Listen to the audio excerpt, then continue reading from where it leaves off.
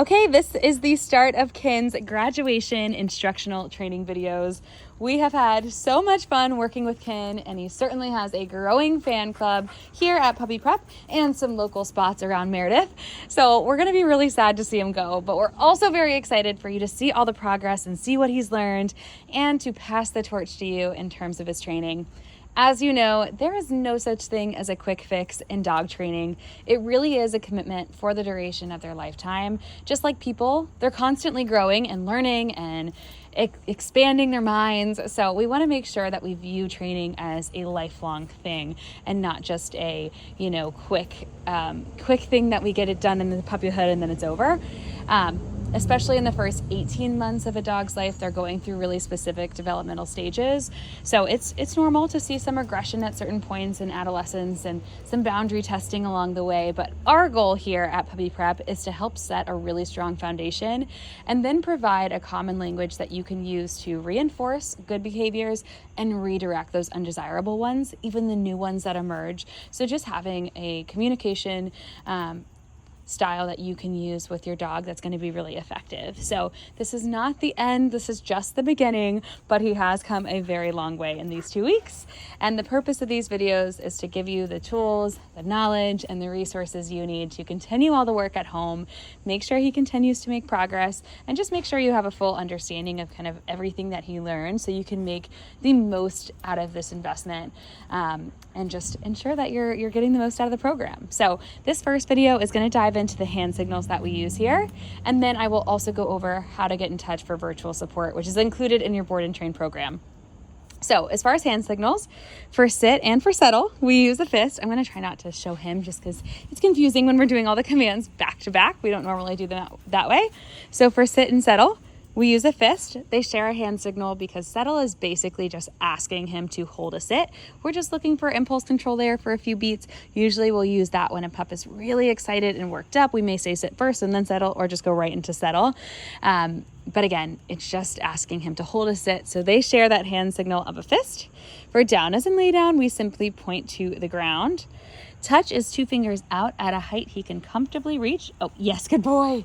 And you just want to get it low enough because he's kind of small, just low enough that he doesn't have to jump up. We don't want to encourage jumping, especially in the context in which we use touch. So just make sure it's low enough. He doesn't have to jump. He can just very easily tap his nose against your 2 fingers. For place, we are going to point to whatever it is we are using as place. And that thing just needs to, yes, good boy, have some level of boundaries.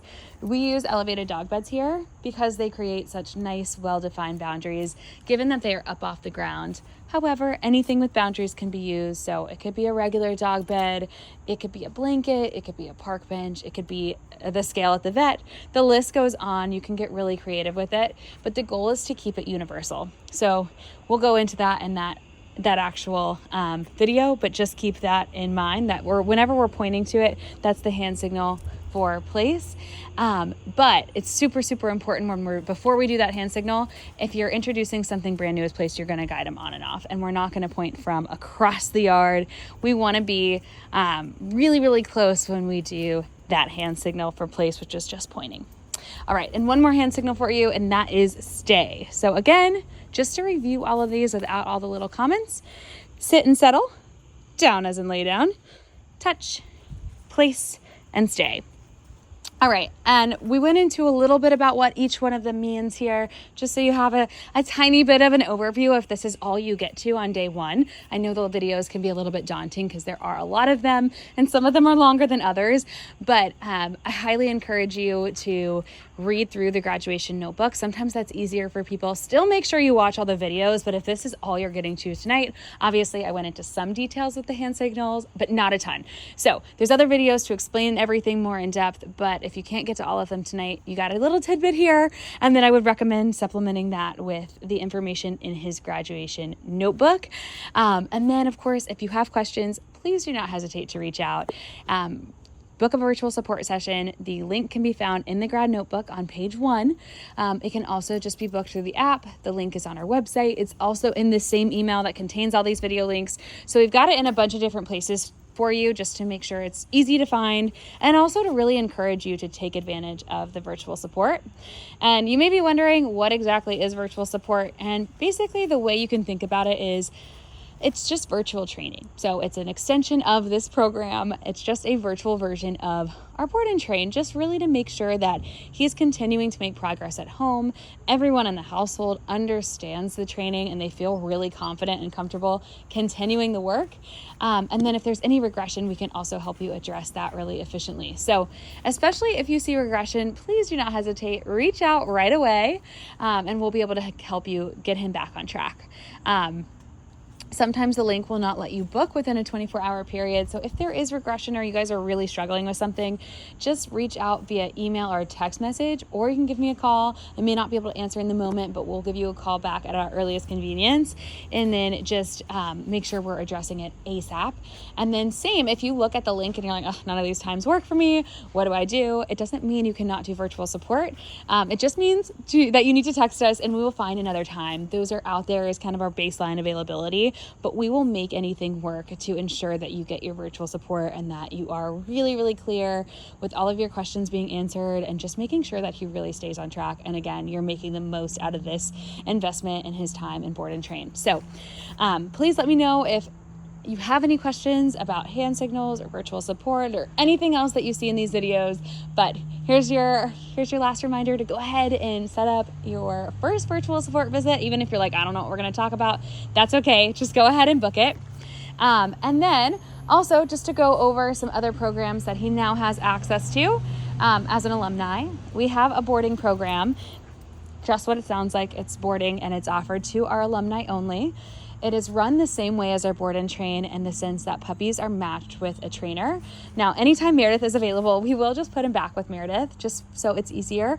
But if there is a time where he's not available or she's not available, and he needs to go elsewhere, we'll let you know. But everyone runs everything kind of the same way. We all use the same commands. We all have a very, very similar setup in our house. So typically pups have no problem settling in with our other trainers. They meet someone new and they all know this beautiful common language we've established, so they feel nice and comfortable, and it puts them at ease too. So boarding, again, does cover a little bit of training. It's not quite as intensive as the Board and Train because it's not all brand new, but we'll brush up on things, address any new behaviors that have popped up, and then just build off of what he learned in Board and Train. And then our other big program that we have for our graduates is our alumni version of Day School. Day School is run out of my home Monday through Friday, and you can think of it like daycare, just in a much smaller, more structured setting. And we work on command work, we work on leash training, and then of course socialization with other puppies. There is recess involved, so we'll get to just have fun and brush up on social skills and all of that good stuff. But we'd love to have them back for both programs. If you want to see pricing for any of them, it's on our website, or you can book in the app. All right, that concludes the first video. Take a look at the others, and just remember, we're here to support you along the way. This is meant to be just the start of our ongoing training together.